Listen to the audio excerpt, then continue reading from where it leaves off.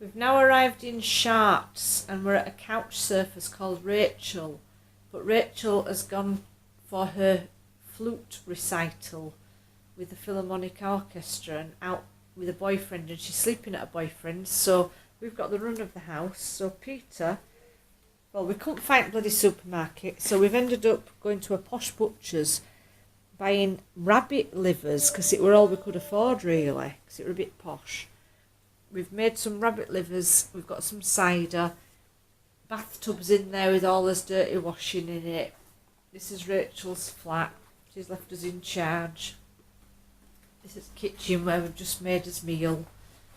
It's funny, isn't it, going in somebody else's fridge and just, you know, making it up as you go along really. That's our bedding. We're going to be sleeping on this couch.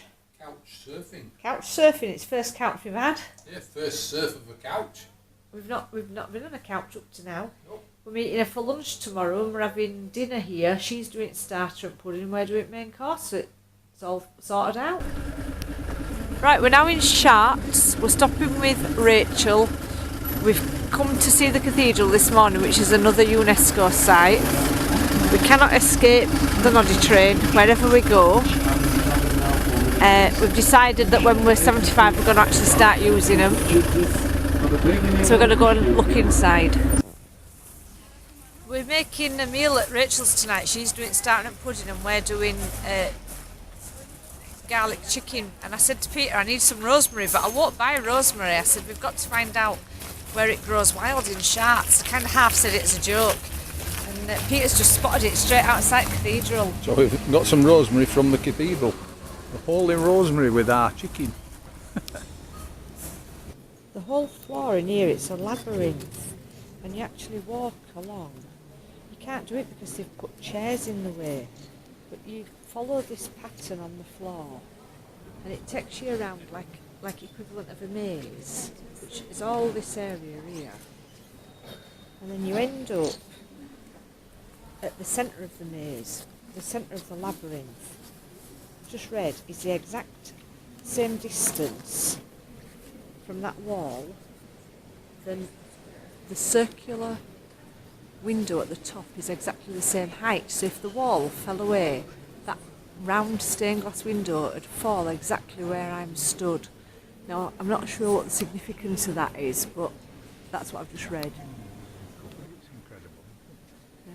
They say that this is one of the only churches that is exactly as it was, cathedral, sorry, as it when it were built. The stained glass is all original. They haven't tampered with it or changed it in any way.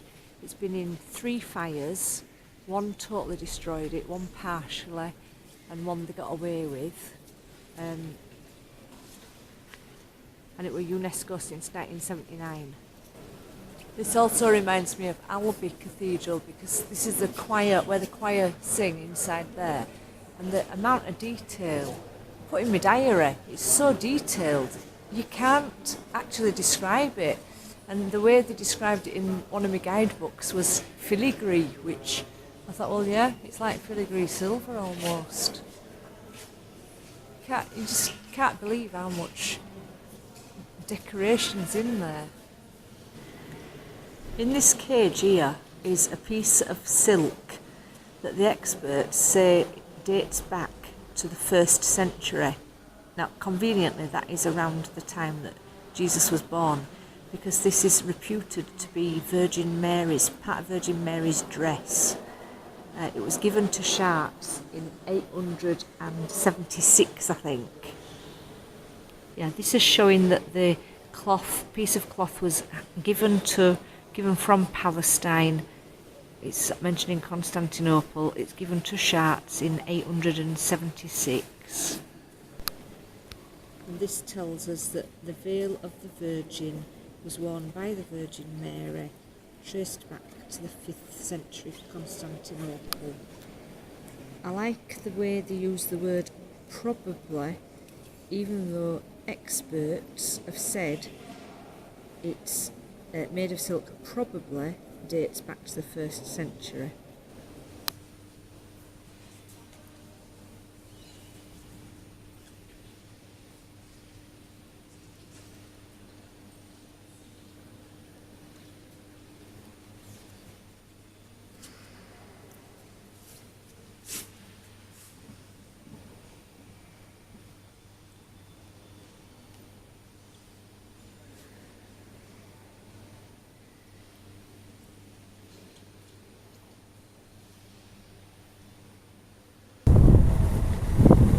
Right, we've come out of the cathedral now. Big place, unfortunately there's a lot of work going on in it. But the whole city's quite a nice looking place. Might go for a wander around in a bit.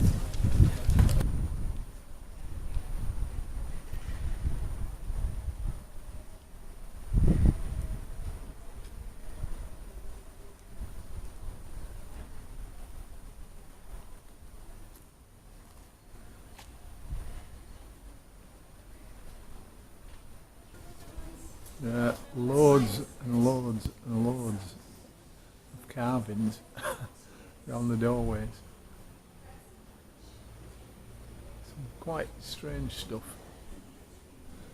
And little ogres and strange monsters and things. Found the market. We've got a bloke here selling oysters. Nothing else.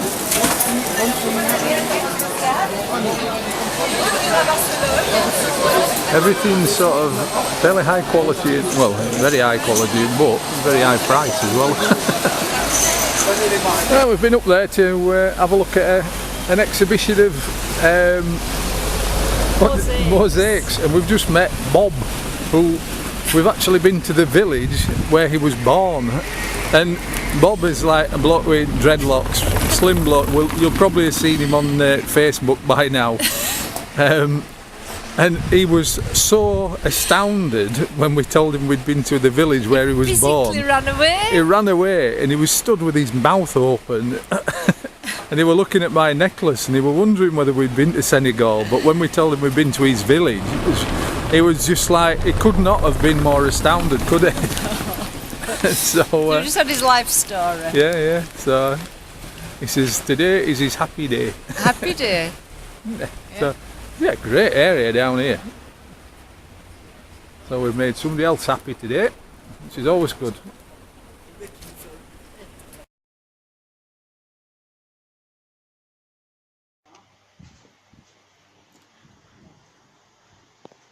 This is a place called Maison Picassiette, and it's just like a normal working bloke's brought some bits of pottery home and decided to decorate stuff with it, and he's sort of gone for it seriously. That's his cooker.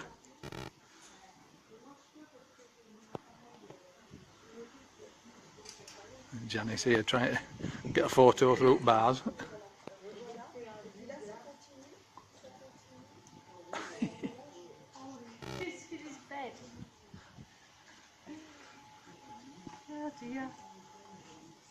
Little bedroom. Even his sewing machine. Yeah. Everything's absolutely covered in decoration. And just a little bit further down here, you go through like a tunnel, and there's more on there, but he's built himself a little chapel here, which is absolutely bonkers. I mean, look at this.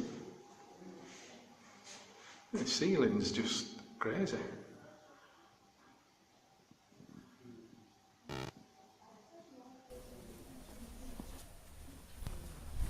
Done himself a little cat on to windowsill over there.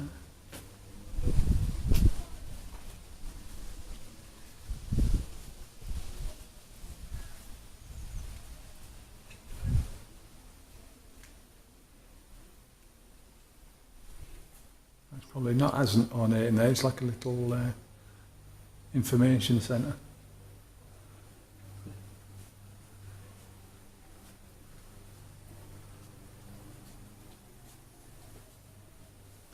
Mona Lisa.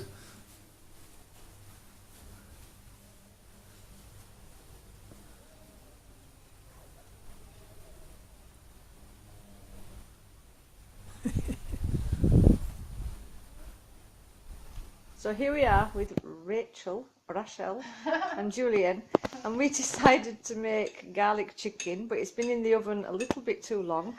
So Garlic bullets.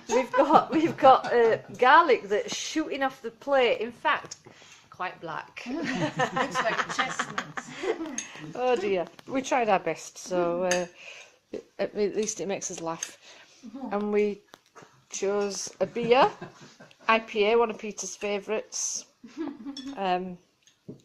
So that's it. Bon appetit.